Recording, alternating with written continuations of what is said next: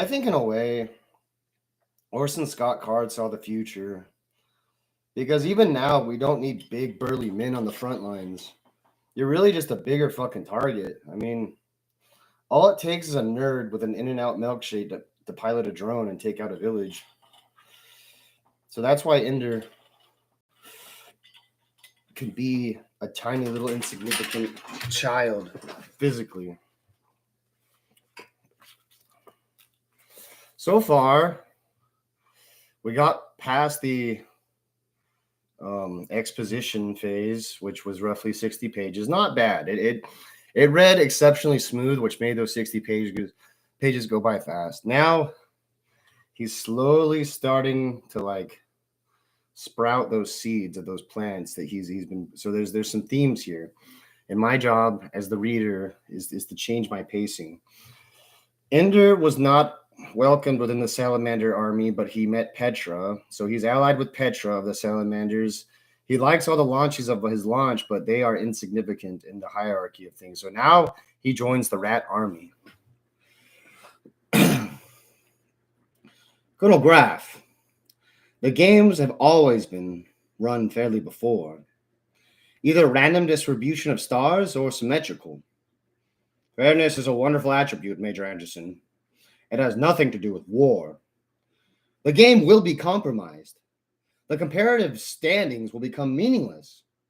Alas, it will take months, years to develop the new battle rooms and run the simulations. That's why I'm asking you now. To begin, be creative. Think of every stacked, impossible, unfair star arrangement you can. Think of other ways to bend the rules. Late modification, unequal forces. Then run the simulations and see which ones are hardest, which one's easiest. We want an intelligent progress here. We want to bring him along. When do you plan to make him a commander? When he's 8? Of course not. I haven't assembled his army yet. Oh, so you're stacking it that way too? You're getting too close to the game, Anderson. You're forgetting that this is merely a training exercise. It's also status, identity, purpose, name, and all that makes these children who they are and who comes out of this game. When it becomes known that the game can be manipulated, weighted, cheated, it will undo the whole school. I'm not exaggerating. I know. So I hope Ender Wiggin truly is the one, because you'll have degraded the effectiveness of our training method for a long time to come. If Ender isn't the one, if his peak of military brilliance does not coincide with the arrival of our fleet at the Bugger homeworlds, then it doesn't really matter what our training method is or isn't. I hope you will forgive me, Colonel Graff, but I feel that I must report your orders and my opinion of their consequences to the strategos and the hedgemen. Why not even our dear Polmark? Everybody knows you have him in your pocket. Such hostility, Major Anderson. I thought we were friends. We are. And I think you may be right about Ender. I just don't believe you, and you alone should decide the fate of the world. I don't think it's right for me to decide the fate of Ender Wiggin. So you won't mind if I notify them? Of course I'll mind, you ass. This is something to be decided by people who know what they're doing, not those frightened politicians who have got their office because they happen to be politically potent in the country they come from. But you understand why I'm doing it. Because you're a short-sighted little bureaucrat bastard that you think you need to cover yourself in case things go wrong. Well, if things go wrong, we'll all be bugger meat. So trust me, Anderson, and don't bring the whole damn hegemony down on my neck. What I'm doing is hard enough without them. Oh, is it unfair? Are things stacked against you? You can do it to Ender, but you can't take it? Is that it? Ender Wiggin is 10 times smarter and stronger than I am. What I'm doing to him will bring out his genius. If I had to go through it myself, it would crush me. Major Anderson, I know I'm wrecking the game, and I know you love it better than any of the boys who play. Hate me if you like, but don't stop me. I reserve the right to communicate with the hegemony and the strategy at any time. But for now, do what you want. Thank you so very kindly. Ender Wiggin, the little fart head who leads the standings. What a pleasure to have met with us. The commander of Rat Army lay sprawled on a lower bunk, wearing only his desk. With you around, how can any army lose? Several of the boys nearby laughed. There could not have been two more opposite armies than Salamander and Rat. The room was rumpled, cluttered, noisy. After Bonzo, Ender had thought that the undisciplined would be a welcome relief. Instead, he found that he had come to expect quiet and order, and the disorder here made him uncomfortable. We doing okay, Ender Bender. I rose de nose, Jew boy extraordinaire. And you ain't nothing but a pinhead pinprick of a goy. Don't you forget it. Since the IF was formed, the strategos of the military forces had always been a Jew. There was a myth that Jewish generals didn't lose wars. And so far, it was still true. It made any Jew in the battle school dream of being strategos.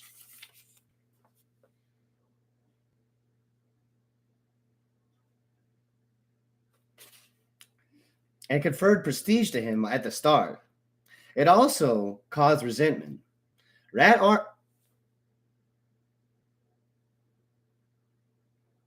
Army is run by a Jew.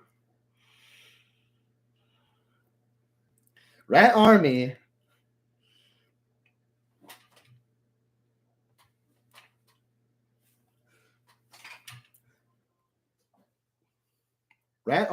was often called Kike Force, half in praise, half in parody of Mazorakim's strike force. There were many who liked to remember that during the second invasion, even though an American Jew, as president, as hegemon of the alliance, an Israeli Jew was strategos and overall command of IF defense, and a Russian Jew was polemarch of the fleet. It was Mazorakim, a little-known, twice court-martialed, half Maori New Zealander, whose strike force broke up and finally destroyed the bugger fleet in action around Saturn. If Mazorakim could save the world, then it didn't matter a bit if you were a Jew or not, people said. But it did matter, and Rose the Nose knew it. He mocked himself to forestall the mocking comments of anti-Semites. Almost everyone who he defeated in battle became, at least for a little, a Jew hater.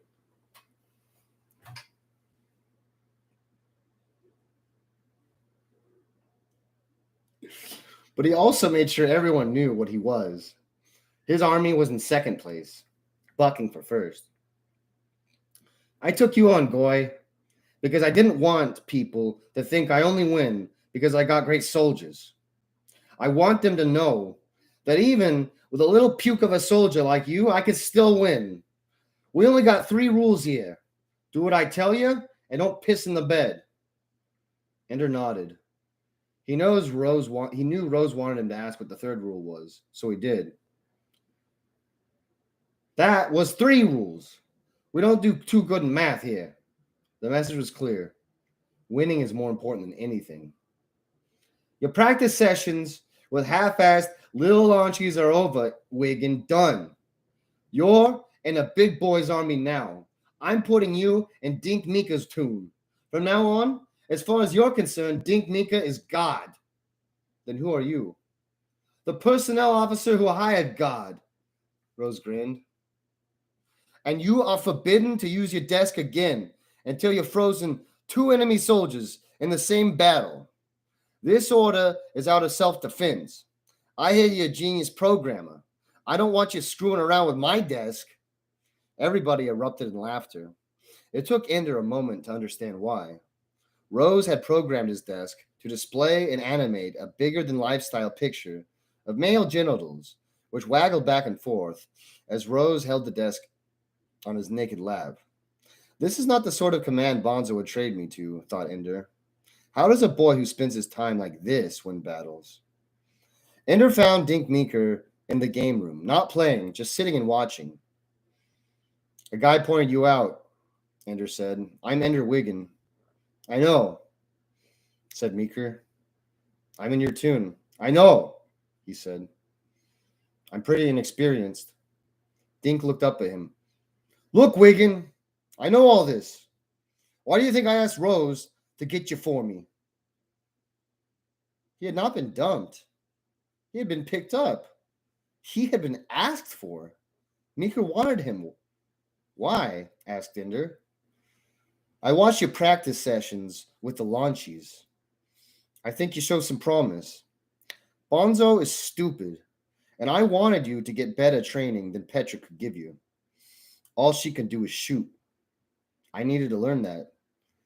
You still move like you were afraid to wet your pants. So teach me. So learn. I'm not going to quit my free time practice sessions. I don't want you to quit them.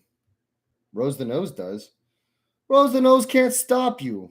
Likewise, he can't stop you from using the desk. So why did he order it? Listen, Ender. Commanders have just as much authority as you let them have. The more you obey them, the more power they have over you. What's to stop them from hurting me? Ender remembered Bonzo's blow. I thought that was why you had taken personnel attack classes. You've really been watching me, haven't you? Dink didn't answer. I don't want to get Rose mad at me. I don't want to get Rose mad at me. I want to be part of the battles now. I'm tired of sitting out till the end. Your standings will go down. This time Ender didn't answer. Listen, Ender. As long as you're a part of my tune, you're a part of the battle. Ender soon learned why. Dink trained his tune independently from the rest of the Rat Army, with discipline and vigor. He had never consulted with Rose, and only rarely did the whole army ever maneuver together. It was as if Rose commanded one army and Dink commanded a much smaller one that happened to practice in the same battle room at the same time. Dink started out the first practice by asking Ender to demonstrate his feet first attack position. The other boys didn't like it. How can we attack lying on our backs? They asked. To Ender's surprise, Dink didn't correct them. Didn't say, you aren't attacking on your back, you're dropping downward to them. He had seen what Ender was doing, and he had not understood the orientation that it implied.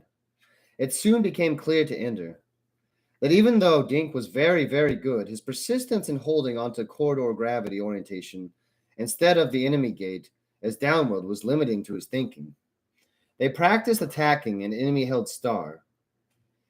Before trying Ender's feet first method, they always had gone in standing up, their whole bodies available as a target. Even now, though, they reached the star and then assaulted the enemy. From one direction only. Over the top, cried Dink, and over they went. To his credit, he then repeated the exercise, calling, again, upside down. But because of their insistence on a gravity that didn't exist, the boys became awkward when the maneuver was under, as if vertigo seized them. They hated the feet first attack. Dink insisted that they use it. As a result, they hated Ender. Do we have to learn from a lunchy? One of them muttered, making sure Ender could hear. Yes, answered Dink, and they kept working. And they learned it. In practice skirmishes, they began to realize how much harder it was to shoot at an enemy who's attacking feet first. As soon as they were convinced of that, they practiced maneuvering more willingly. That night was the first time Ender had come out of one of his launchy practice sessions after a whole afternoon of work. He was tired. Now you're really in an army, said Eli, and you don't have to keep practicing with us. From you, I can learn things that nobody knows, said Ender. Dink Meeker is the best. I heard he's your tune leader. Then let's get busy. I'll teach you what I learned from him today. He put Eli and 24 others to the same exercises that had worn him out all afternoon. He put new touches in the patterns, made the boys try the maneuvers from one leg frozen with both legs frozen, or using frozen boys for leverage to change directions. Halfway through the practice, Ender noticed Petra and Dink together, standing by the doorway, watching. Later, when he looked again, they were gone. So they're watching me. And what they're doing is known. He did not know whether Dink was his friend, but believed that Petra was. But nothing could be sure. They might be angry that he was doing what only commanders and toon leaders were supposed to do. Drilling and training soldiers. They might be offended that a soldier would associate so closely with launchies. It made him uneasy to have older children watching. I thought I told you not to use your desk, rose the nose. I thought I told you not to use your desk, rose the nose stood by Ender's bunk. Ender did not look up. I'm completing the trigonometry assignment for tomorrow. Rose bumped his knee to Ender's desk. I said not to use it. Ender set the desk on his bunk and stood up. I need trigonometry more than I need you. Rose was taller than Ender by at least 40 centimeters. But Ender was not particularly worried. It would not come to physical violence. If it did, Ender thought he could hold his own. Rose was lazy and didn't know personal combat. You're going down in the standings, boy, said Rose. I expect to. I was only leading the list because of the stupid way Salamander Army was using me. Stupid? Bonzo's strategy won a couple of key games. Bonzo's strategy wouldn't win a salad fight. I was violating orders every time I fired my gun. Rose hadn't known that. It made him angry. So everything Bonzo said about you was a lie? You're not only short and incompetent, you're insubordinate too? But I turned defeat into stalemate, all by myself. We'll see how you do by yourself next time, Rose went away. One of Ender's teammates shook his head. You dumb as a thumb. Ender looked at Dink, who was doodling on his desk. Dink looked up, noticed Ender watching him, and gazed steadily back at him. No expression, nothing. Okay, thought Ender. I can take care of myself. Battle came 2 days later. It was Ender's first time fighting as a part of a toon. He was nervous. Dink's toon lined up against the right-hand wall of the corridor, and Ender was very careful not to lean, not to let his weight slip on either side. Stay balanced. Wiggin! Called Rose the nose. Ender felt dread come over him from throat to groin, a tingle of fear that made him shudder. Rose saw it. Shivering? Trembling? Don't wet your pants, little launchy. Rose hooked a finger over the butt of Ender's gun and pulled it to the force field that hid the battle room from view. We'll see how well you do now, Ender. As soon as that door opens, you jump through.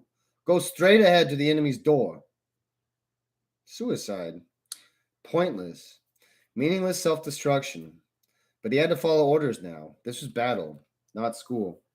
For a moment, Ender raged silently. Then he calmed himself. Excellent, sir.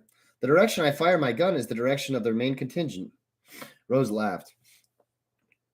You won't have time to fire anything, pinprick. The wall vanished. Ender jumped up, took hold of the ceiling handholds, and threw himself out and down, speeding towards the enemy door. It was Centipede Army. And they only began to emerge from their door when Ender was halfway across the battle room. Many of them were able to get under the cover of stars quickly, but Ender had doubled up his legs under him, holding his pistol at his crotch. He was firing between his legs and freezing many of them as they emerged. They flashed his legs, but he had 3 precious seconds before they could hit his body and put him out of action. He froze several more, then flung out his arms in equal and opposite directions. The hand that held his gun ended up pointing towards the main body of Centipede's army. He fired into the mass of the enemy, and they froze him completely. A second later, he smashed into the force field of the enemy's door and rebounded with a crazy spin. He landed in a group of enemy soldiers behind a star. They shoved him off and spun him even more rapidly. He rebounded out of control throughout the rest of the battle, though gradually friction with the air slowed him down. He had no way of knowing how many men he had frozen before getting iced himself, but he could get the general idea that Rat Army won again as usual. After the battle, Rose didn't speak to him.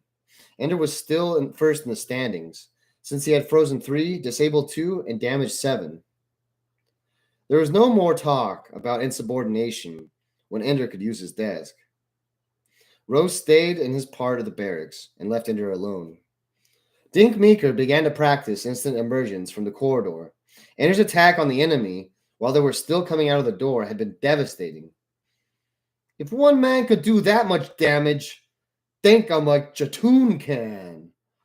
Dink got Major Anderson to open a door in the middle of a wall, even during practice sessions, instead of just the floor. So they would practice launching under battle conditions. Word got around. From now on, no one could take 5 or 10 or 15 seconds in the corridor to seize things up. The game had changed. More battles. This time, Ender played a proper role within Atoon. He made mistakes. Skirmishes were lost.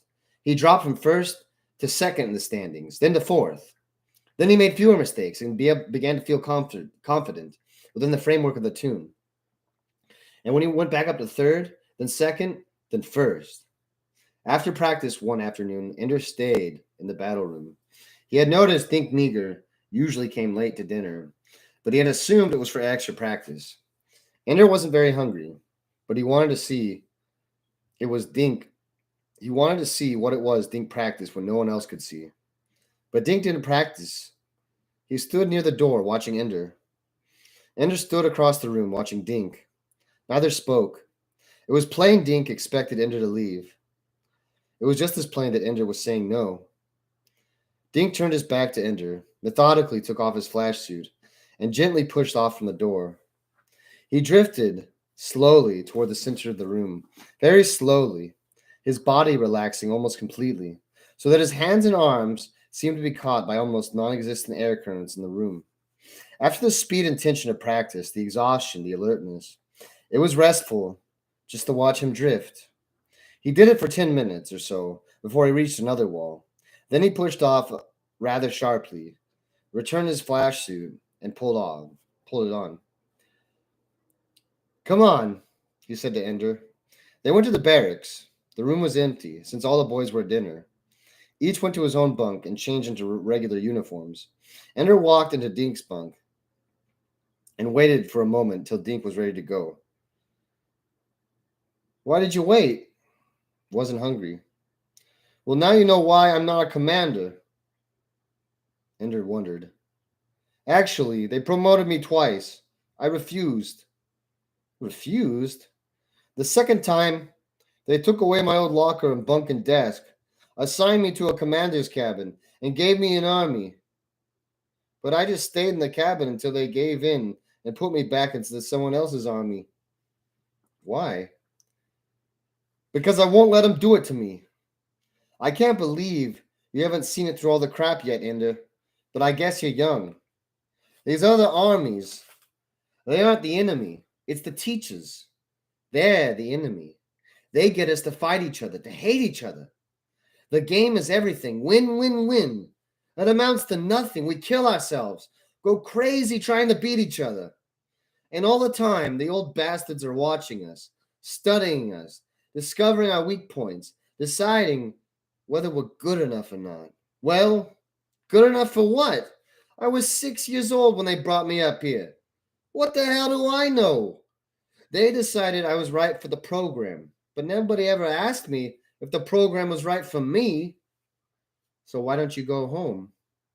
Dink smiled crookedly. Because I can't give up the game. He tugged the fabric of his flash suit, which lay on the bunk beside him. Because I love this. So why not be a commander? Dink shook his head. Never. Look what it does to Rosen. The boy's crazy. Rose the nose. Sleeps in here with us instead of his cabin. Why? Because he's scared to be alone and scared of the dark. Rose? But they made him a commander. So he was to act like one. He doesn't know what he's doing. He's winning. But that scares him worst of all. Because he doesn't know why he's winning. Except that I have something to do with it. Any minute, somebody could find out Rosen isn't some magic Israeli general. Any minute, Somebody could find out Rosen isn't some magic Israeli general who can win no matter what. He doesn't know why anybody wins or loses. Nobody does. It doesn't mean he's crazy, Dink. I know. You've been here a year. You think these people are normal. Well, they're not. We're not. I look in the library. I call up books on my desk, old ones, because they won't let us have anything new. But I've got a pretty good idea what children are, and we're not children. Children can lose sometimes, and nobody cares. Children aren't in armies. They aren't commanders. They don't rule over 40 other kids. It's more than anybody can take and not get crazy. Ender tried to remember what other children were like in his class at school back in the city, but all he could think of was Stilson. I had a brother, just a normal guy. All he cared about was girls and flying. He wanted to fly. He used to play ball with the guys, a pickup game, shooting balls at a hoop, dribbling down the corridors until the peace officers confiscated your ball. We had a great time. He was teaching me how to dribble when I was taken. Ender remembered his own brother, and the memory was not fond. Dink misunderstood the expression on Ender's face. Hey, I know, nobody's supposed to talk about home. But we all came from somewhere. The battle school didn't create us, you know. The battle school doesn't create anything, it just destroys. And we all remember things from home. Maybe not good things, but we remember when we lie and pretend. Look, Ender, why is it that nobody talks about home? Ever. Doesn't that tell you how important this is? Nobody even admits that. Oh, hell. No, it's all right, said Ender. I was just thinking about Valentine, my sister. I wasn't trying to make you upset. It's okay. I don't think of her very much, because I always get like this. That's right. We never cry. I never thought of that. Nobody ever cries. We really are trying to be adults, just like our fathers. I bet your father was like you. I bet he was quiet, and then busted out, and I'm not like my father. So maybe I'm wrong. But look at Bonzo, your old commander. He's got an advanced case of Spanish honor. He can't allow himself to have weakness. To be better than him, that's an insult. To be stronger, that's like cutting off his balls. That's why he hates you. Because you didn't suffer when he tried to punish you. He hates you for that. He honestly wants to kill you. He's crazy. They're all crazy. Hello, Sam. I had a feeling it was you. And you aren't? I'd be crazy too, little buddy. At least, when I be craziest, I be floating all alone in space, and the crazy, she float out of me. She soak into the walls, and she don't come out until there be battles and little boys that bump into the walls and squish and get out the crazy.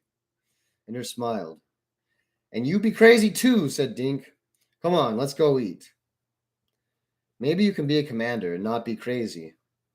Maybe knowing about craziness means you don't have to fall for it. I'm not going to let the bastards run me, Ender. They've got you pegged too. They don't plan to treat you kindly. Look what they've done to you so far. They haven't done anything except promote me.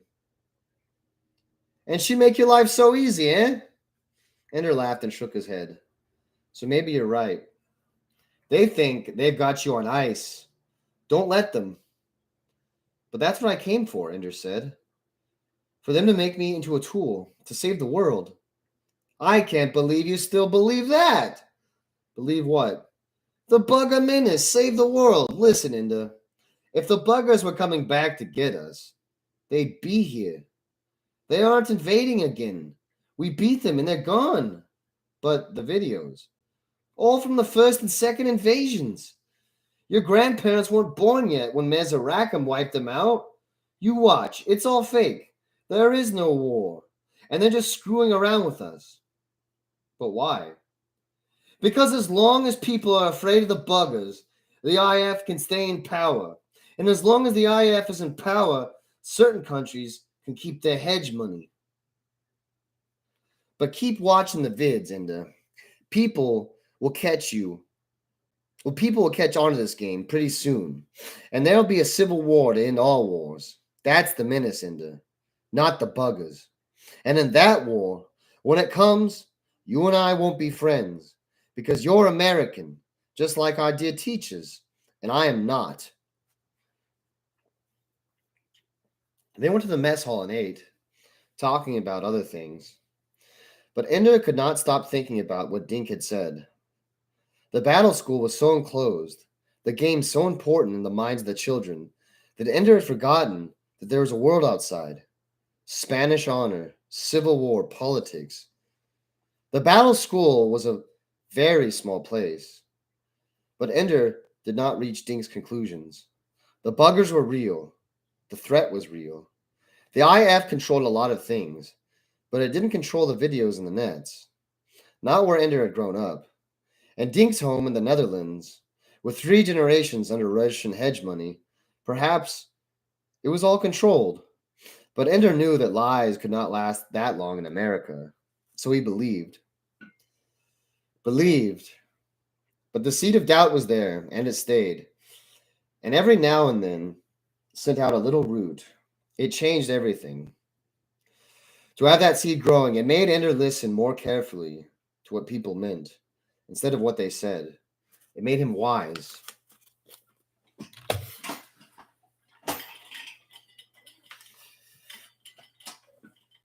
I think the biggest takeaway from reading for me, because I don't actually see like a school. I don't actually see people. I can like hear them speaking and I can hear the emotion.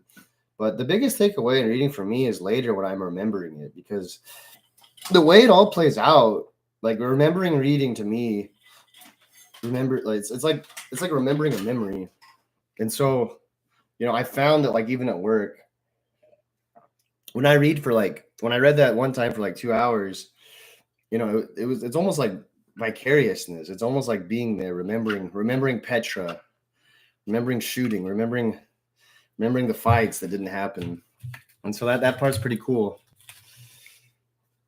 I think it's because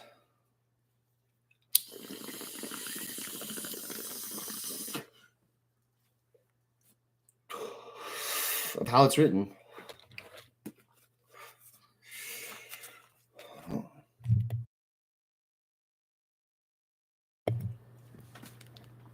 There weren't as many boys at the evening practice, not by half.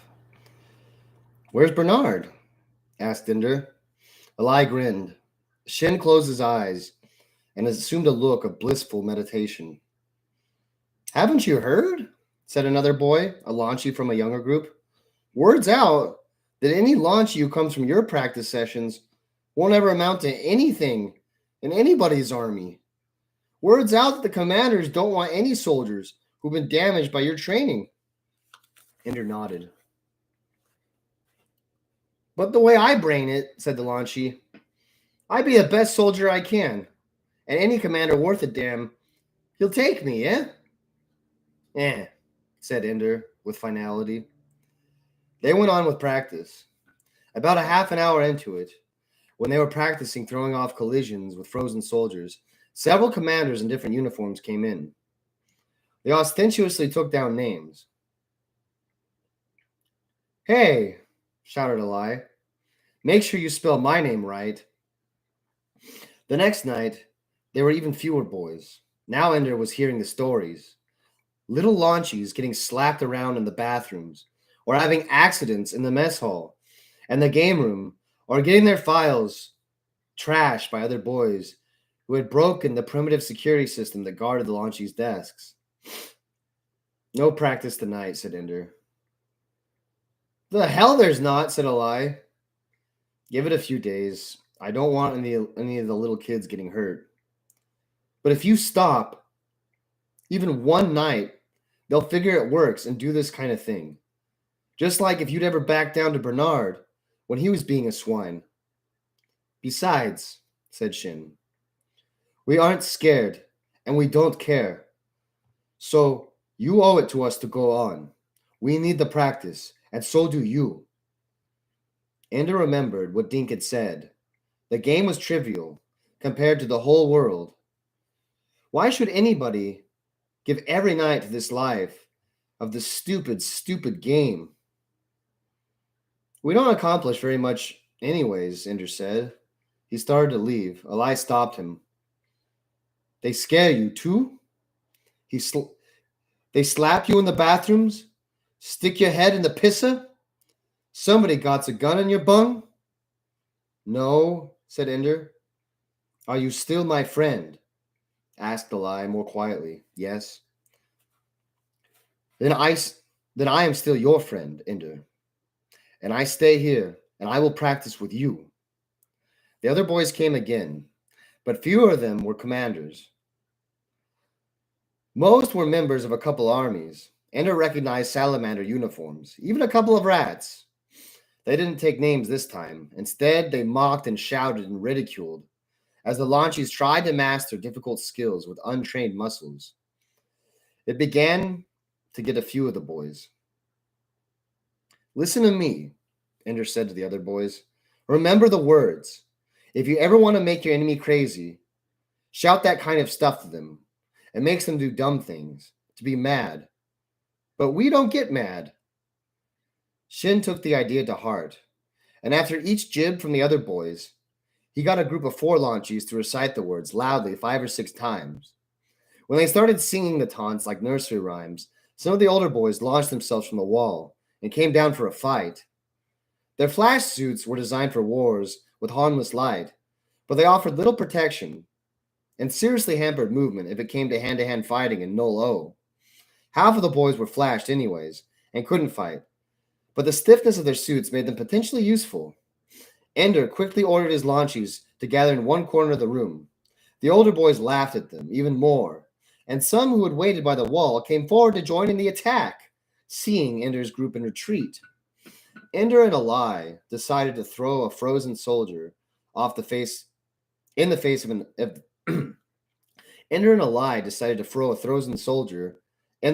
enemy. The frozen launchie struck Helmet first, and the two caroomed off each other. The older boy clutched his chest where the helmet had struck him and screamed in pain. The mockery was over. The rest of the older boys launched themselves to enter the battle. Ender didn't really have much hope of any of the boys getting away without some injury. But the enemy was coming haphazardly, uncoordinatedly. They could never work together. Go Nova, shouted Ender, and the other boys laughed. They gathered into 3 groups, feet together, squatting, holding hands so they formed small stars at the back. We'll go around and make for the door. Now, at his signal, the 3 stars burst open. Each boy launched in a different direction, but angled so he could rebound off a wall and head for the door. Since all of the enemy were in the middle of the room, where course changes were far more difficult, it was an easy maneuver to carry out. Ender had positioned himself so that when he launched, he would rendezvous with the frozen soldier he had just used as a missile.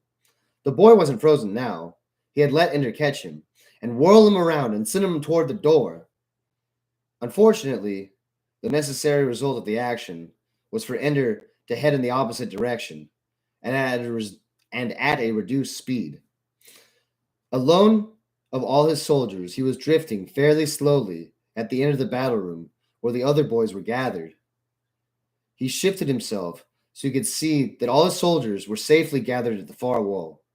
In the meantime, the furious and disorganized army had just spotted him. Ender calculated how soon he would have to reach the wall before he could launch again. Not soon enough. Several enemies had already rebounded toward him. Ender was startled to see Stilson's face among them. Then he shuddered and realized he had been wrong. Still, it was the same situation, and this time they wouldn't sit still for a single combat settlement. There was no leader as far as Ender knew, and these boys were a lot bigger than him. Still, he had learned some things about weight shifting in personal combat classes, about the physics of moving objects. Game battles almost never got hand-to-hand. You never bumped into an enemy that wasn't frozen unless you were frozen yourself. So, in the few seconds he had, Ender tried to position himself to receive his guests. Fortunately, they knew little about no fighting as he did. And the few that tried to punch him found that throwing a punch was very ineffective when their bodies moved backwards just as quickly as their fists moved forwards. But there were some in the group who had who had bone breaking on their minds, as Ender quickly saw. He didn't plan to be there for it, though. He caught one of the punches by the arm and threw him as hard as he could. It hurled Ender out of the way of the rest of the onslaught, though he still wasn't getting any closer to the door. "Stay there," he shouted at his friends, who obviously were forming up to come rescue him. "Just stay there." Someone caught Ender by the foot. The tight grip gave Ender some leverage. He was able to stamp firmly on the other boy's ear and shoulder, making him cry out and let go. If the boy had let go, just as Ender kicked downward, it would have hurt him much less and allowed Ender to use the maneuver as a launch. Instead, the boy who had hung on too well. His ear was worn and scattering blood in the air, and Ender was drifting even more slowly. That's the thing, right? Is if you do get your enemy, never let them go. Never let them go for a second. It doesn't matter if they lash out. If that kid would have let go of Ender, Ender would have been safe and flying away. But all he had to deal with was twice the amount of pain, I think.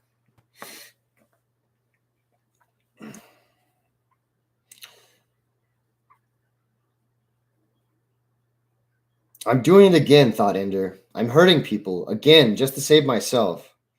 Why don't they leave me alone? 3 boys were converging on him now, and this time they were acting together. Still, they had to grab him before they could hurt him. Ender positioned himself quickly so that 2 of them would take his feet, leaving his hands free to deal with the third. Sure enough, they took the bait. Ender grasped the shoulders of the third boy's shirt and pulled him up sharply, butting him in the face with his helmet. Again a scream and a shower of blood. The 2 boys who had his legs were wrenching at them, twisting him. Ender threw the boy with the bleeding nose at one of them. They entangled, and Ender's leg came free. It was simple. Then to use the other boy's hold for leverage to kick him firmly in the groin and shove him off in the direction of the door. He didn't get a good launch, so his speed was nothing special, but it didn't matter. No one was following him. He got to his friends at the door, and they caught him and handed him along to the door. They were laughing and slapping him playfully. "You're bad," they said. "You're scary." "Practice is over for the day," Ender said. "They'll be back tomorrow," said Shin. "Won't do them any good," said Ender. "If they come without suits, we'll do this again. If they come with suits, we can flash them." "Besides," said Eli, "the teachers won't let it happen." Ender remembered what Dink had told him and wondered if Eli was right. "Hey, Ender!" shouted one of the older boys as Ender left the battle room. "You're nothing, man, and you'll be nothing." "My old commander Bonzo," said Ender. "I think he doesn't like me." Ender checked the rosters on his desk that night. 4 boys turned up in a medical report. 1 with bruised ribs, 1 with a bruised testicle, 1 with a torn ear, and 1 with a broken nose and loose tooth. The cause of injury was the same in all cases: accidental collision in null G. So, almost every book or story or movie or game or whatever has the fist fight. And you got to be able to justify, in a clever way, why the main character wins. Because even when I was much smaller, I got in 2 fist fights in one day, and the guy I was fighting, was an equal in size to me. And it's like, physically, you can't just overpower someone because you're the good guy. It doesn't work like that. It takes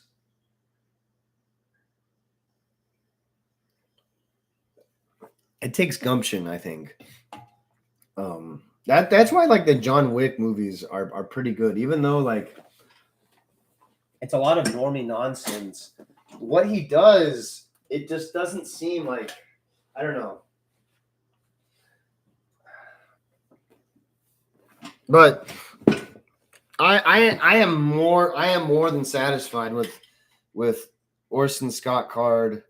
I'm more than satisfied with him basically saying, well, Ender took fighting classes and the other kids didn't. That's why they suck.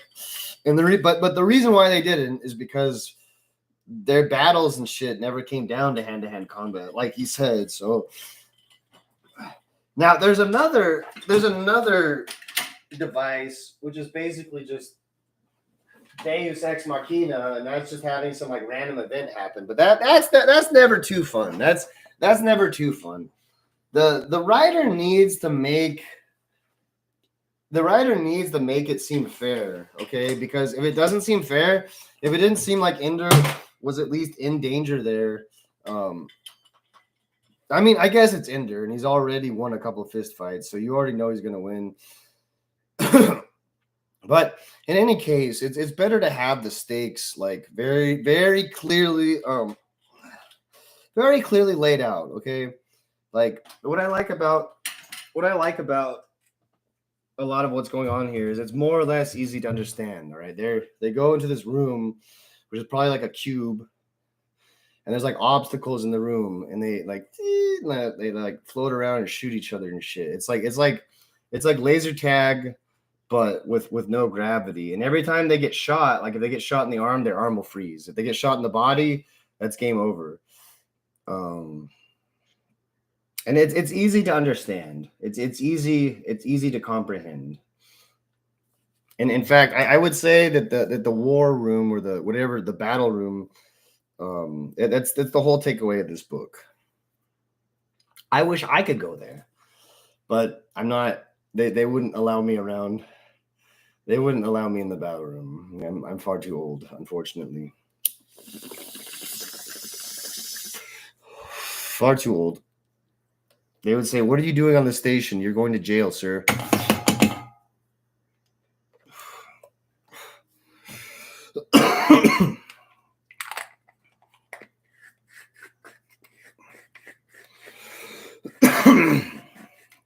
Oh, I remember what I was going to say. I try to save my commentary for the end of like a little break. That way, there's kind of a segue to the next chapter. But a few years ago, like in 2014, I guess that was 9 years ago. There are these scientists, and I tell this story all the time, but I love telling it because it sounds like Dr. Seuss or Disney or something. But it's real life. There are these scientists, and they were like, "What happens if we just start throwing coconuts on the beach? Like, what would happen if there were just coconuts on the beach?" So they threw coconuts on the beach, and there's these things. I call them monkeys, but they're not monkeys. They're like something else. It's like a primate of some sort. I call it a monkey. There's these monkeys, and lo and behold, they went to the beach to eat the coconuts. So the scientists watched the monkeys, and there's monkey hierarchies. There's big monkeys and there's little monkeys, right? So one day, one of the little monkeys, what she did is she cracked her coconut open like usual, but she went out to the ocean and she washed her coconut off in the salt water. I mean, salt water and coconut isn't great, I don't think, but coconut and sand sounds terrible. So she did that, and the biggest monkeys were so upset, so very upset, and they punished the little monkey. But she kept doing it. And eventually the whole tribe started washing off their coconuts, except for 10% of the biggest most powerful ones. And I learned this in anthropology, and the thing about anthropology is the study of humans, and I don't think you should study animals. If you're going to talk about humans, you probably shouldn't use animals, or if you're going to have that rule. But they use that basically to determine that in any social circle, there will always be 10% of people that really just say no, because they don't want their power to be usurped. And I've done it myself. I've done it quite recently. And even though I tell this story all the time, I've still. So I mean, it's having power is such a powerful thing that once you have it, the worst thing is losing it. And I mean, some people say like ultimate power ultimately corrupts, but like I think it's easier to say that like power is corruption. It's the same thing. It's not a byproduct of it. It's equal. You will always have an equal amount of corruption to power. There's nothing else, I don't think, unless you're like lobotomized. And so that's why everyone's fucking with Ender right now, because he's washing off the coconut. And the big monkeys don't like that.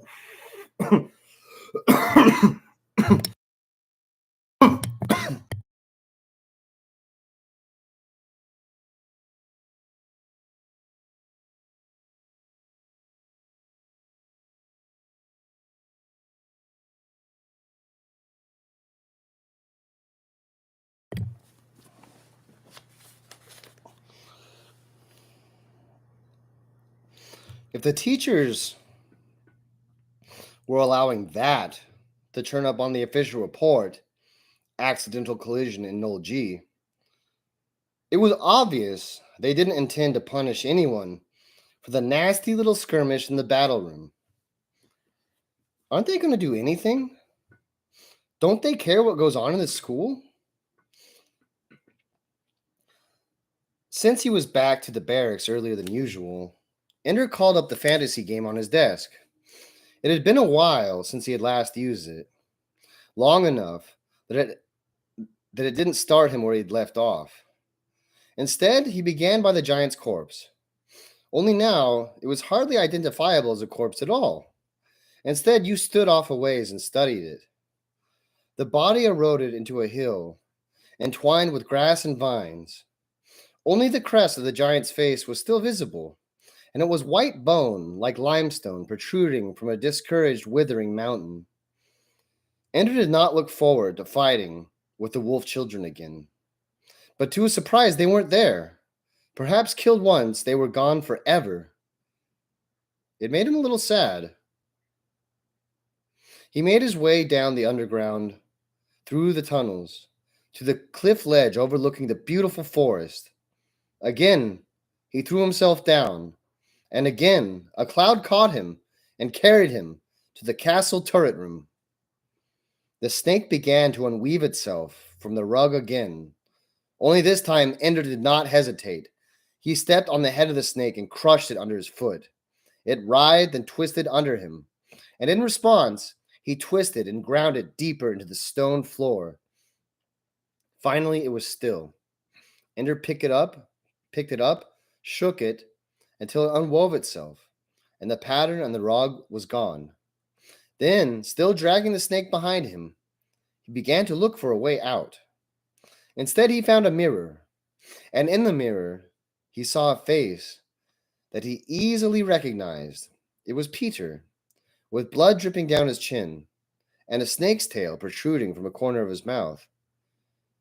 Ender shouted and thrust back his desk from him. The few boys in the barracks were alarmed at the noise, but he apologized and told them that it was nothing. They went away. He looked again into his desk. His figure was still there, staring into the mirror. He tried to pick up some of the furniture, to break the mirror. It could not be moved. The mirror would not come off the wall either. Finally, Ender threw the snake at it. The mirror shattered, leaving a hole in the wall behind it. Out of the hole came dozens of tiny snakes, which quickly bit Ender's figure again and again, tearing the snakes frantically from itself. The figure collapsed and died in a writhing heap of small serpents. The screen went blank, and words appeared. Play again. Ender signed off and put the desk away. The next day, several commanders came to Ender, or sent soldiers to tell him not to worry. Most of them thought the extra practice sessions were a good idea. He should keep it up. And to make sure nobody bothered him, they were sending a few of their older soldiers who needed extra practice to come join him. They're as big as most of the buggers who attacked you last night. They'll think twice. Instead of a dozen boys, there were 45 that night, more than an army. And whether it was because of the presence of older boys on Ender's side, or because they had had enough of the night before, none of their enemies came. Ender didn't go back to the fantasy game, but he lived it in his dreams. He kept remembering how it felt to kill the snake, grinding it in, the way he tore off the ear of that boy, the way he destroyed Stilson, the way he broke Bernard's arm. And then to stand up, holding the corpse of his enemy, and find Peter's face looking at him from the mirror. This game knows too much about me. This game tells filthy lies. I am not Peter. I don't have murder in my heart. And then a worse fear, that he was the killer, only better at it than Peter ever could be. That it was this very trait that pleased the teachers. It's killers they need for the bugger wars. It's people who can grind the enemy's face into dust and spatter their blood all over the place. Well, I'm your man. I'm the bloody bastard you wanted when you had me spawned. I'm your tool. And what difference does it make if I hate the part that you most need? What difference does it make when the little serpent's killed in the game? I agreed with them, and I was glad. This is now page 120 out of 330 pages. I would say that we're well, I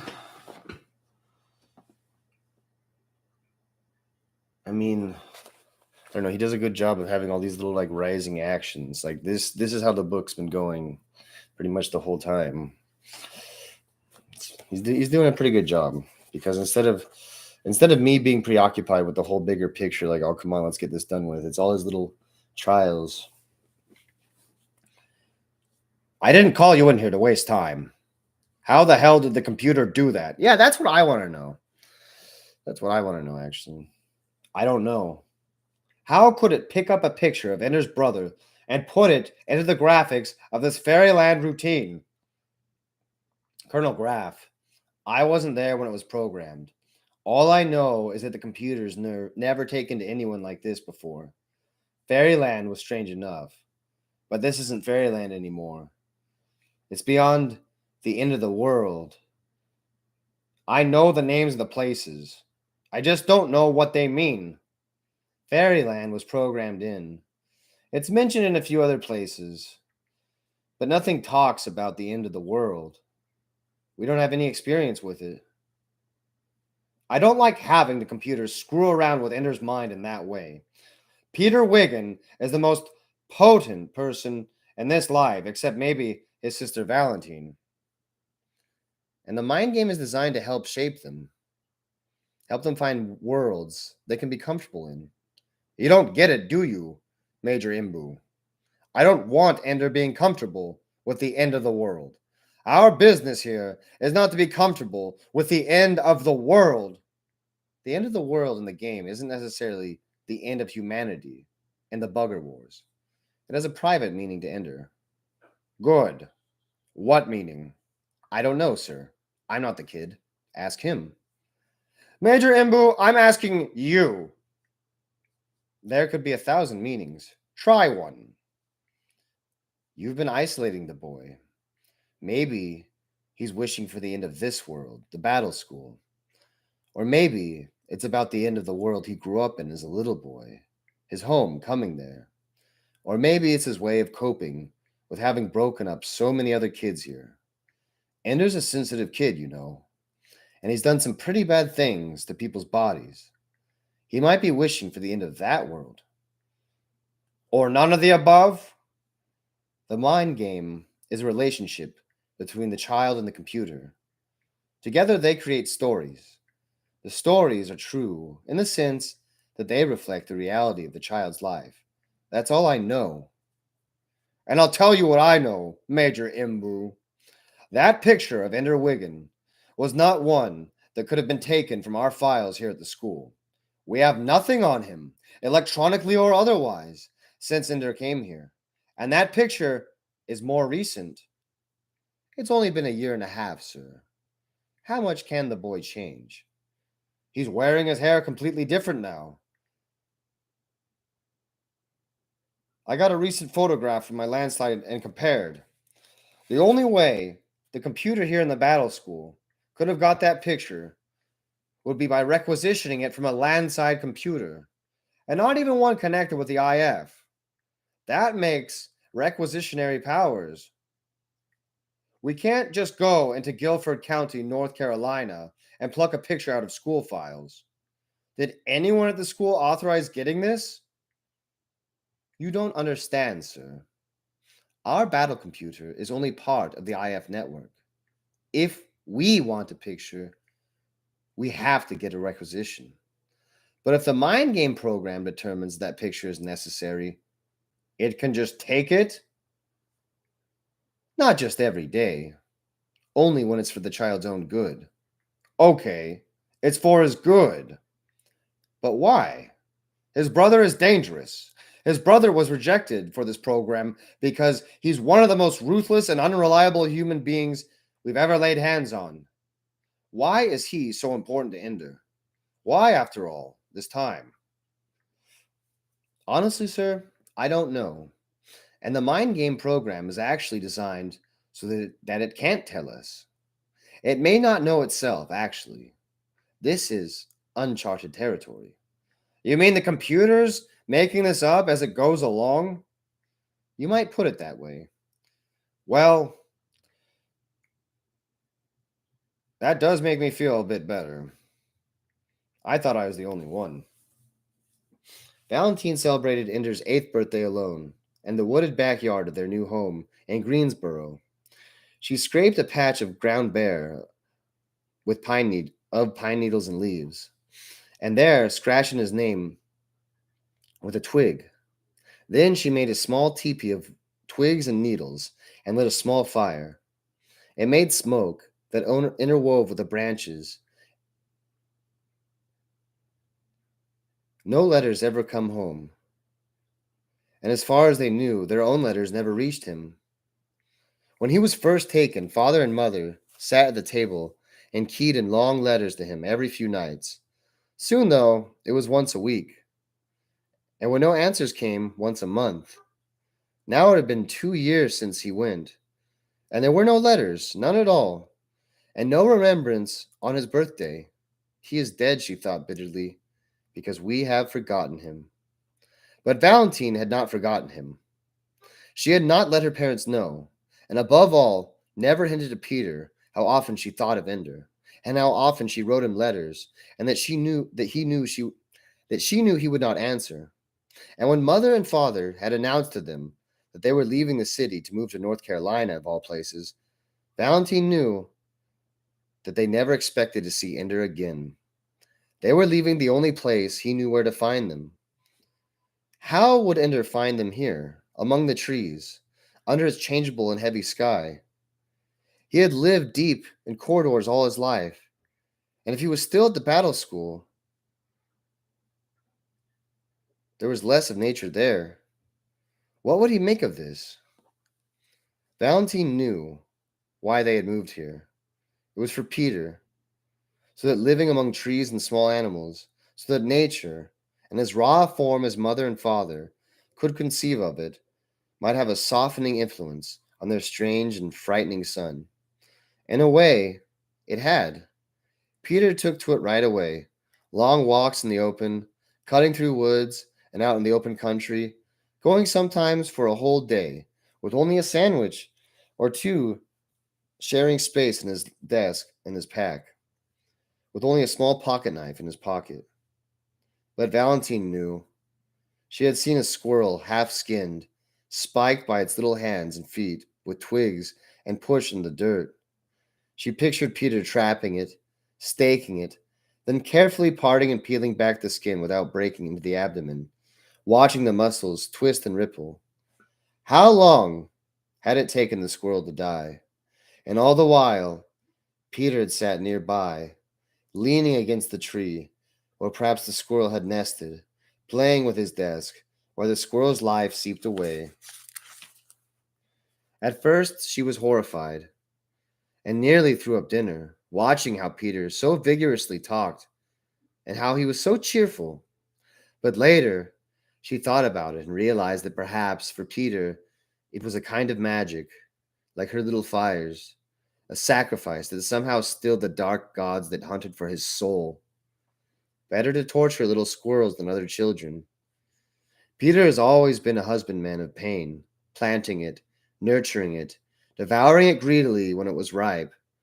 Better he should take in these small, sharp doses than with dull cruelty to the children at school.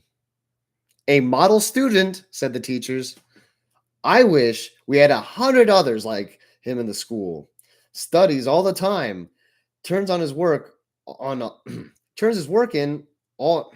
Wow, what a fuck up.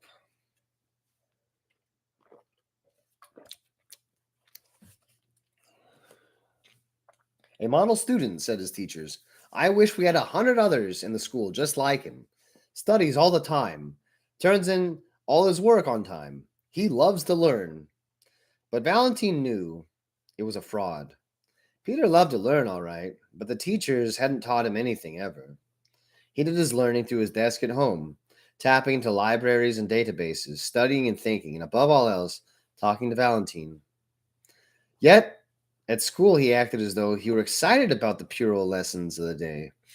Oh, wow, I never knew that frogs looked like this inside, he'd say. And then at home, he'd study the binding of cells into organisms through the phylotic collection of DNA, collation of DNA.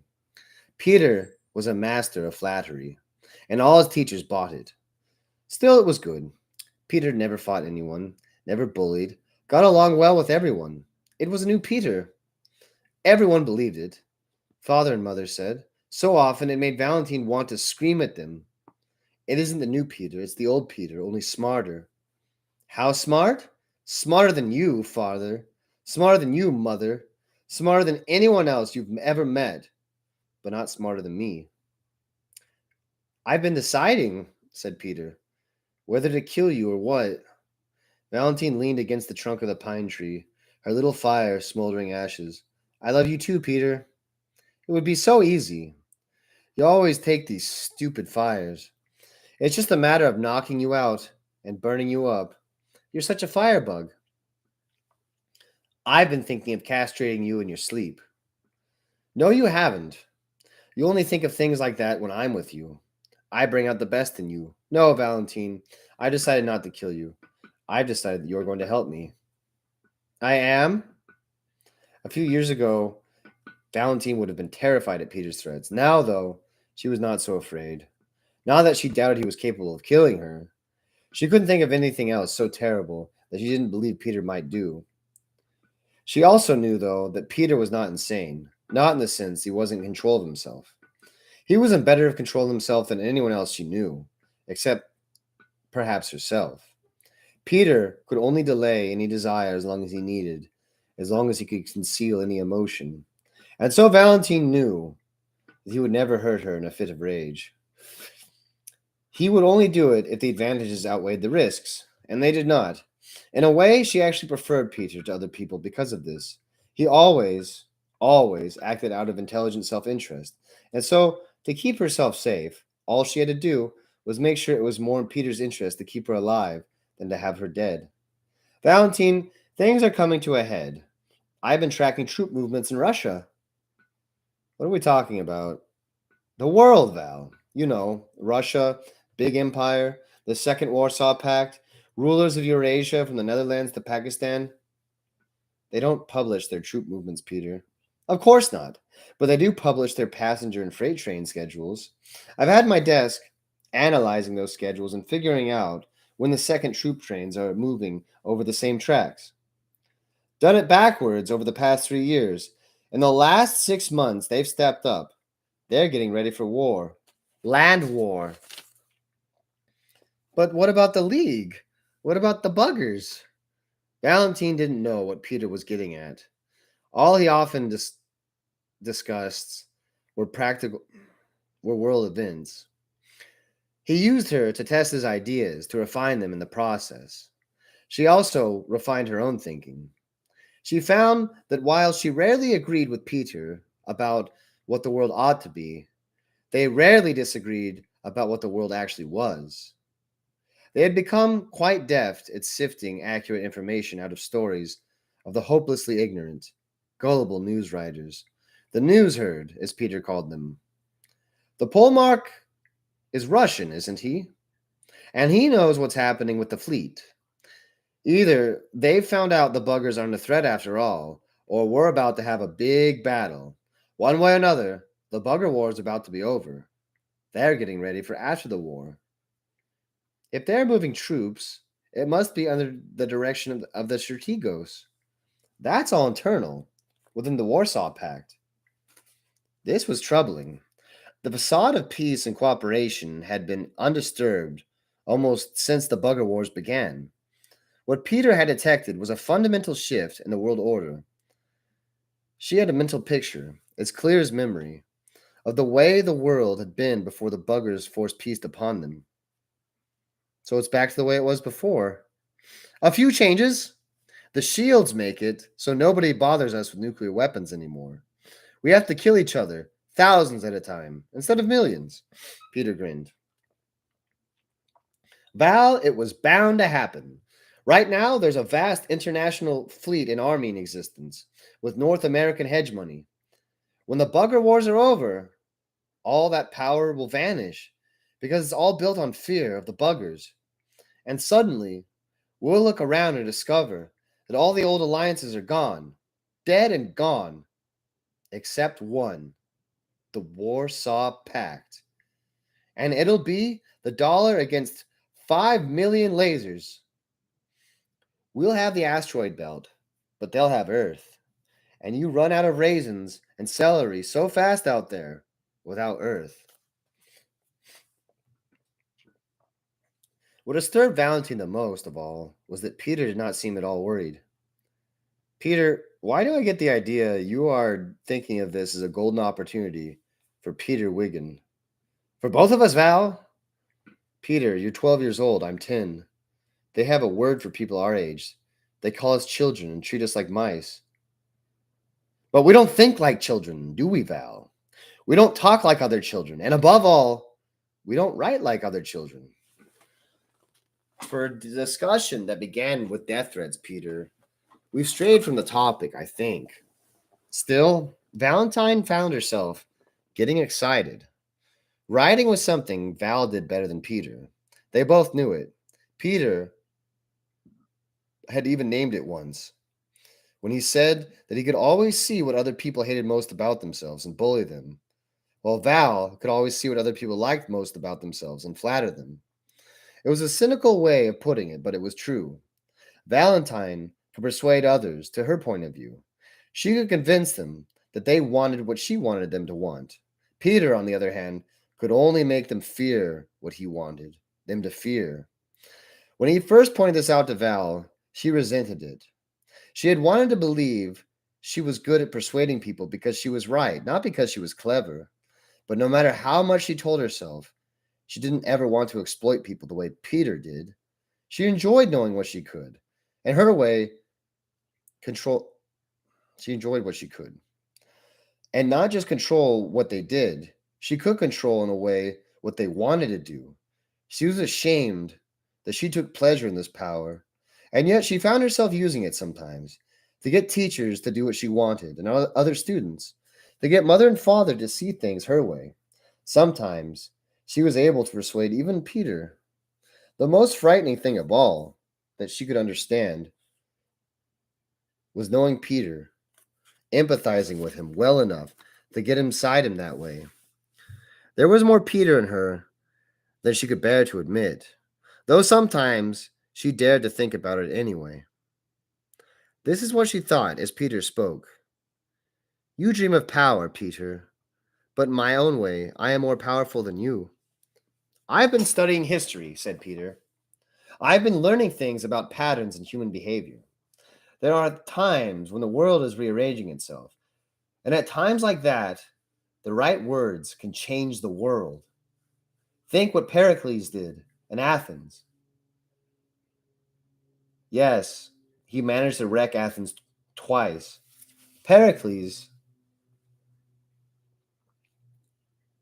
but that was Pericles. Not exactly parallel cases, Peter. Now she was agreeing with him out of habit. She saw what he was getting at, and she thought it might be possible. I didn't expect you to understand. You still believe that teachers know something worth learning. I understand more than you think, Peter.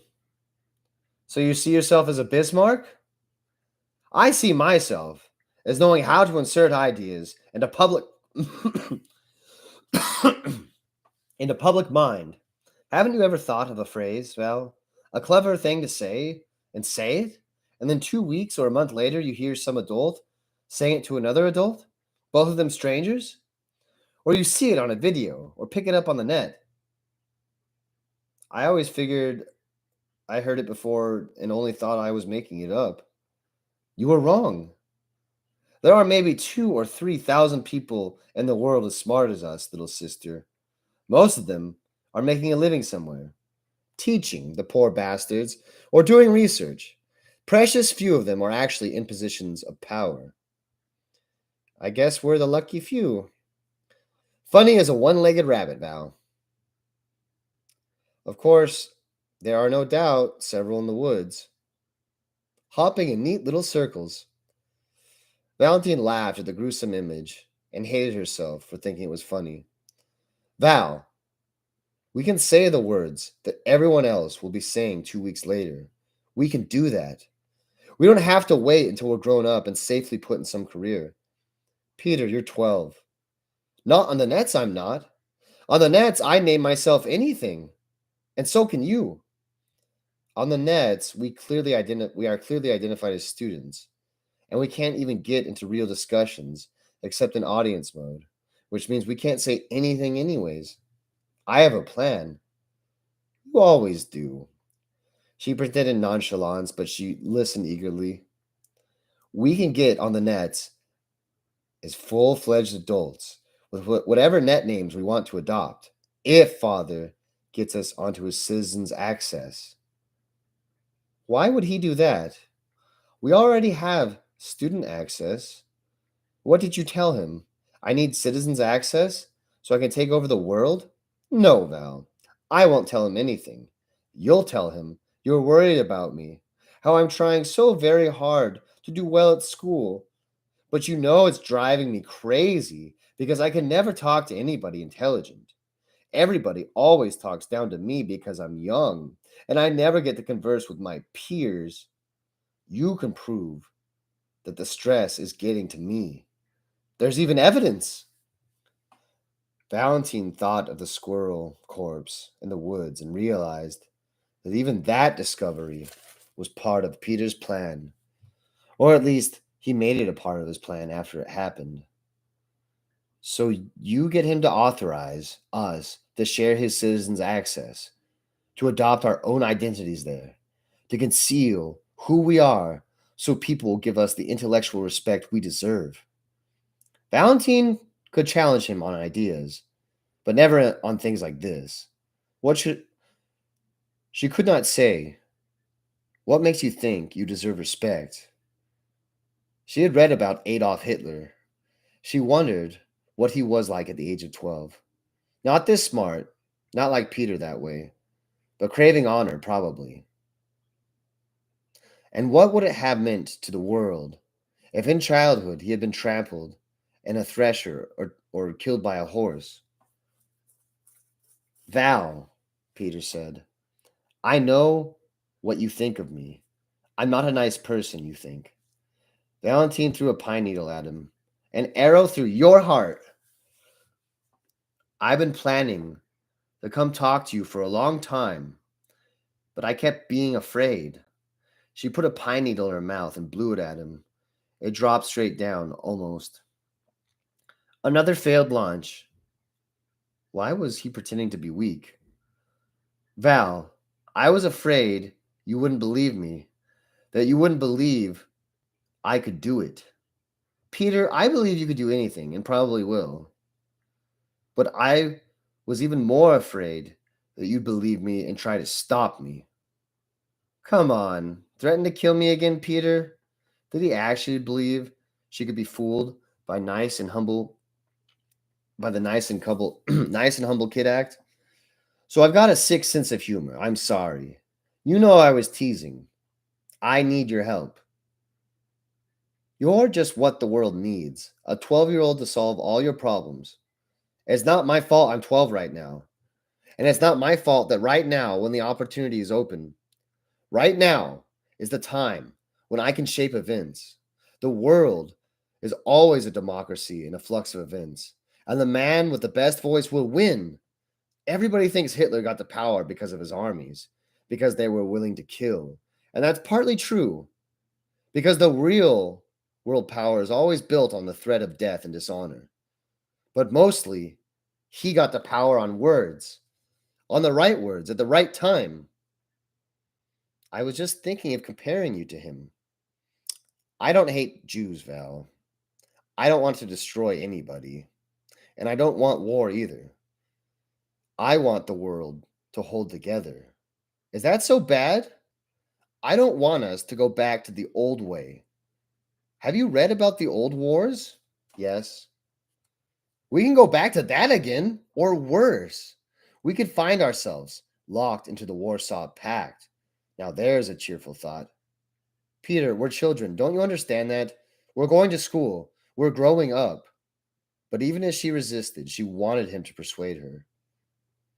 She wanted him to persuade her from the very beginning. But Peter didn't know that he had already won. If I believe that, if I accept that, then I've got to sit back and watch while all the opportunities vanish. And then, by the time I'm old enough, it'll be too late. Listen, Val, I know how you feel about me. You always have. I was a vicious, nasty brother. I was cruel to you and Ender before they took him. But I don't hate you. I loved you both. I just had to be, I had to have control. Do you understand that? It's the most important thing to me. It's my greatest gift. I can see where the weak points are, and I can see how to get in and use them. I just see those things without even trying. I could become a businessman and run some big corporation.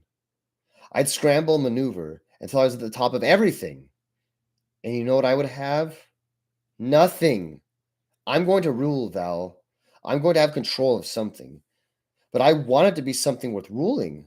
I want to accomplish something worthwhile. A Pax Americana throughout the whole world. So that when somebody else comes after we beat the buggers, when somebody else comes here to defeat us, they'll find we've already spread out over 1,000 worlds. We're at peace with ourselves and impossible to destroy. Do you understand? I want to save mankind from self-destruction.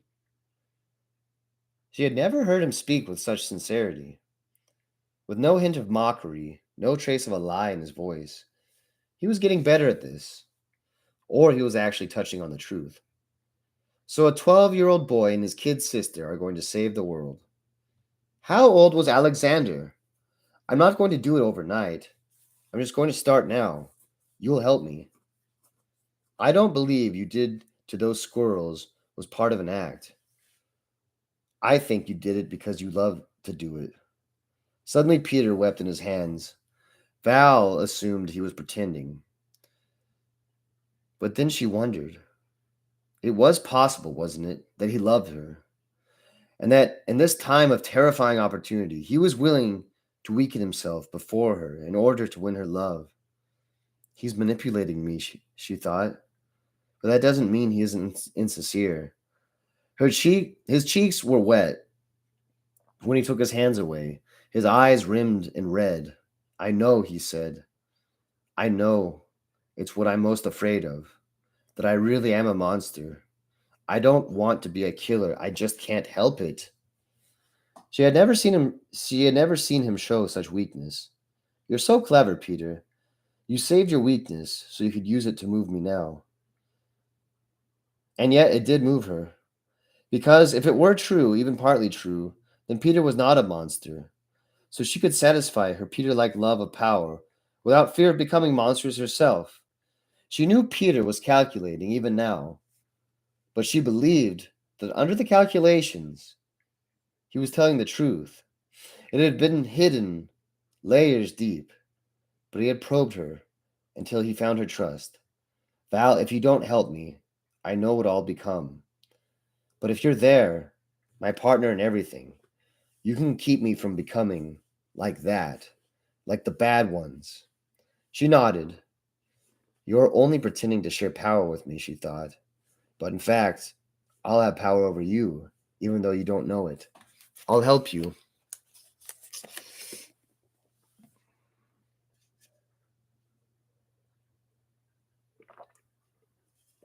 This part of the book, I don't know.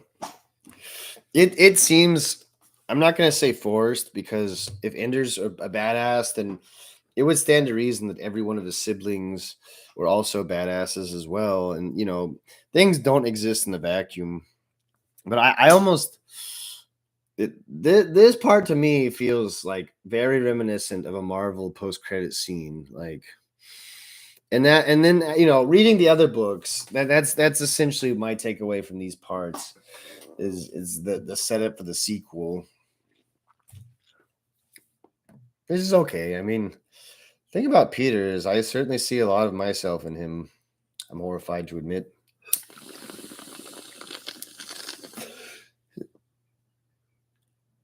I mean, that's the thing about monsters is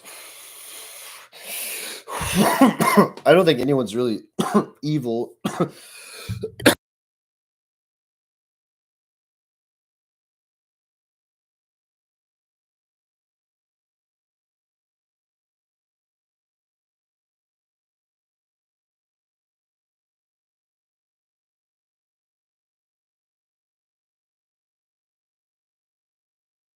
But I think monsters are monsters.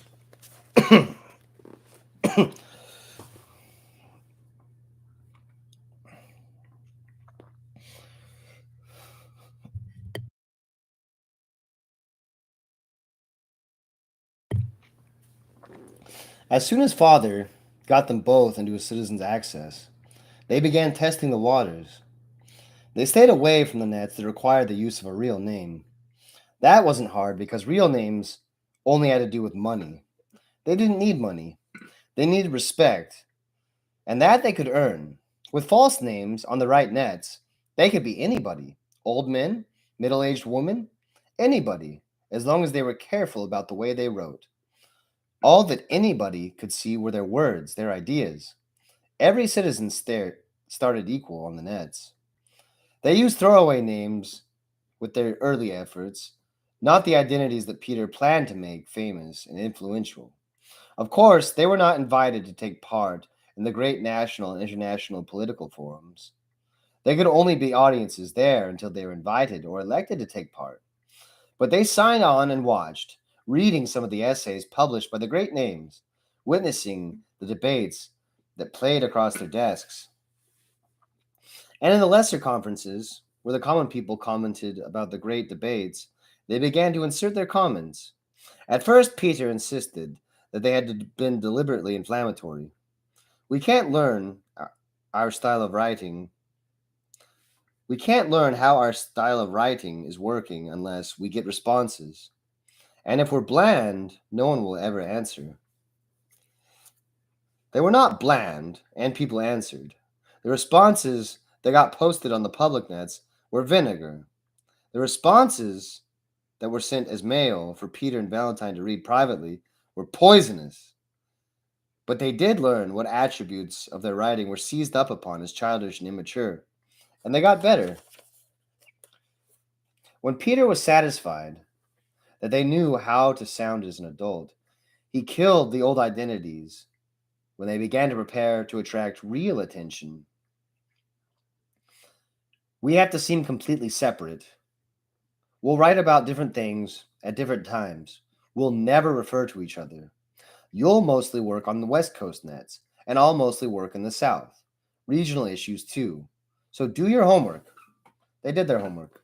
Mother and father worried sometimes, with Peter and Valentine constantly together, their desks tucked under their arms. But they couldn't complain. Their grades were good. And Valentine was such a good influence on Peter. She had changed his whole attitude toward everything. And Peter and Valentine sat together in the woods, in good weather, and in pocket restaurants, and in indoor parks when it rained. And they composed their political commentaries. Peter carefully designed both characters so neither one had all of his ideas. But there were even some spare identities that could be used to drop in third-party opinions. Let both of them find a following as they can, said Peter.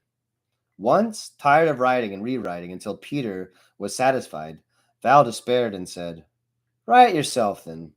I can't, he answered. They can't both sound alike, ever. You forget that someday we'll be famous enough that somebody will start running analyses. We have to come up as different people every time. So she wrote on. Her main identity on the nets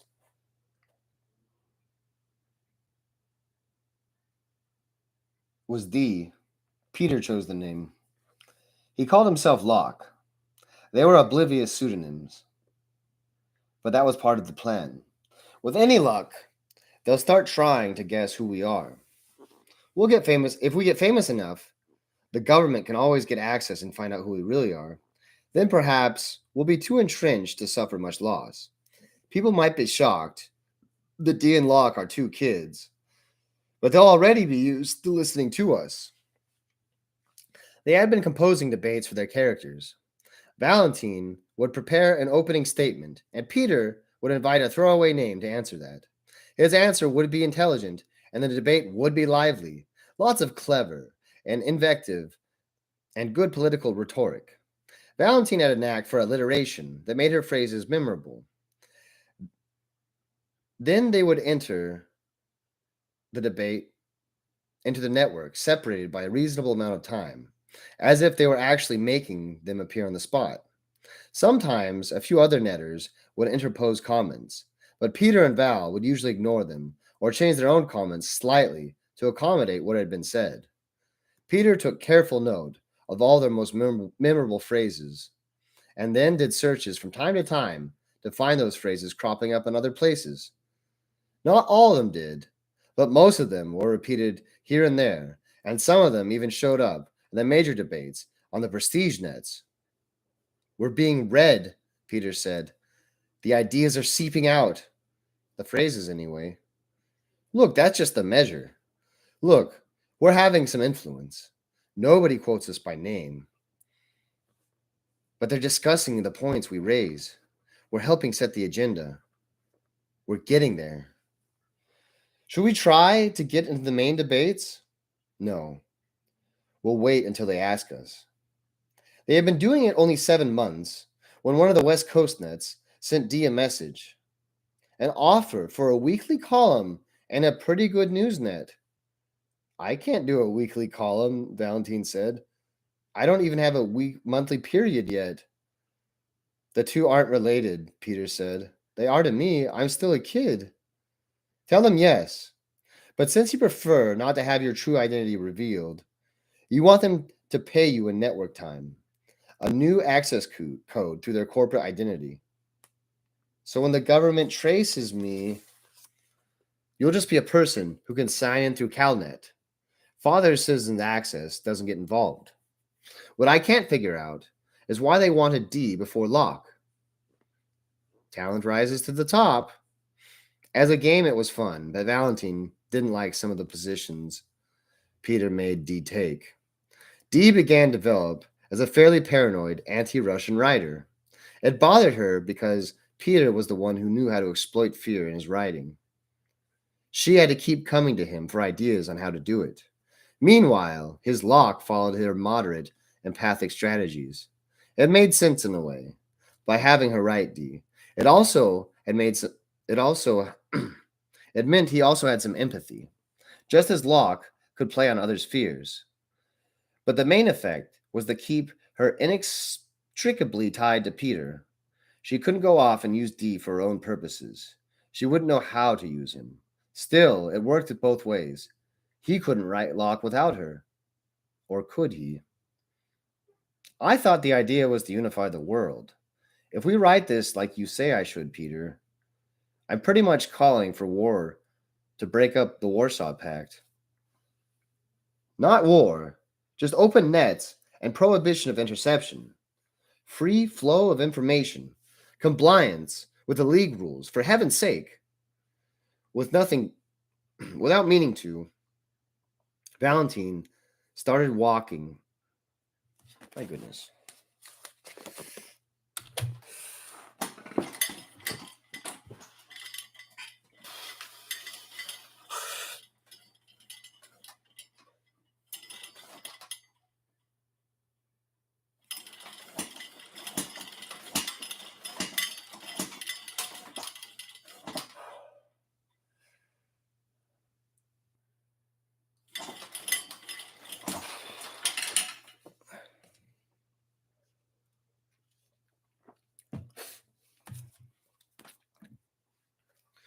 This is the part of the routine that's messing me up.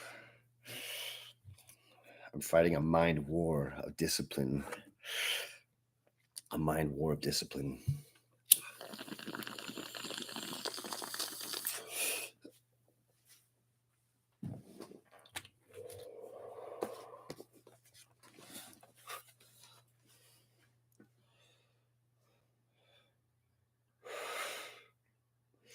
Without meaning to, Valentine started talking in Dee's voice, even though she certainly wasn't speaking Dee's opinions. Everyone knows that from the beginning of the League of the Second Warsaw Pact was to be regarded as a single entity whose rules were concerned. International free flow is still open, but between the Warsaw Pact nations, these things are internal matters. That was why they were willing to allow American hegemony in the League. You're arguing Locke's part, Val. Trust me. You have to call for the Warsaw Pact to lose official status. You have to get a lot of people really angry. Then later, when you begin to recognize the need for compromise, then they stop listening to me and go off and fight a war. Val, trust me. I know what I'm doing. How do you know? You're not any smarter than me, and you've never done this before either. I'm 13 and you're 10, almost 11, and I know how these things work. All right, I'll do it your way. But I won't do any of these liberty or death things. You will. And someday, when they catch us and they wonder why your sister was such a warmonger, I can just bet you'll tell them that you told me to do it. Are you sure you're not having a period, little woman? I hate you, Peter Wiggin. That bothered Valentine. What bothered Valentine most was when her column got syndicated into several other regional news nets, and Father started reading it and quoting it at the table. Finally, a man with some sense, he said. Then he quoted some of the passages Valentine hated worse than her own work. It's fine to work with these hegemonist Russians, with the buggers out there, but after we win, I can't see leaving half the civilized world as virtual serfs in the Russian Empire. Can you, dear? I think you're taking this all too seriously, said Mother. I like this D. I like the way he thinks. I'm surprised he isn't in any of the major nets. I looked for him in the international relations debates, and he's never taken part in any of them. Valentine lost her appetite and left the table. Peter followed her after a respectful interval. So you don't like lying to Father, he said. So what? You're not lying to him. He doesn't think you're really D. And D isn't saying these things you really believe. They cancel each other out. They amount to nothing. That's the kind of reasoning that Locke makes. But what really bothered her was not that she was lying to Father. It was the fact that Father actually agreed with D. She had thought only fools would follow him. A few days later, Locke picked up a spot on a column in a New England Newsnet, specifically to provide contrasting view for their popular column from D. Not bad for two kids who've only gotten about 8 pubic hairs between them, Peter said. It's a long way between writing a Newsnet column and ruling the world, Valentine reminded him. It's such a long way that no one has ever thought it possible. They have, though, or the moral equivalent. I'm going to say snide things about D in my first column. Well, D isn't even going to notice that Locke exists. Ever. For now. With their identities now fully supported by their income from the writing columns, they used Father's access now only for the throwaway identities. Mother commented that they were spending too much time on the nets. All work and no play makes Jack a dull boy, she reminded Peter. Peter let his hand tremble a little. If you think I should stop, I think I might be able to keep things under control this time. I really do. No, Mother said. I don't want you to stop. Just be careful, that's all. I'm careful, Mom. Okay. I think that's going to be it. Probably. Maybe tomorrow. Maybe tonight. Probably tomorrow. If not, then the day after that. You know, do the things you enjoy when you want to do them.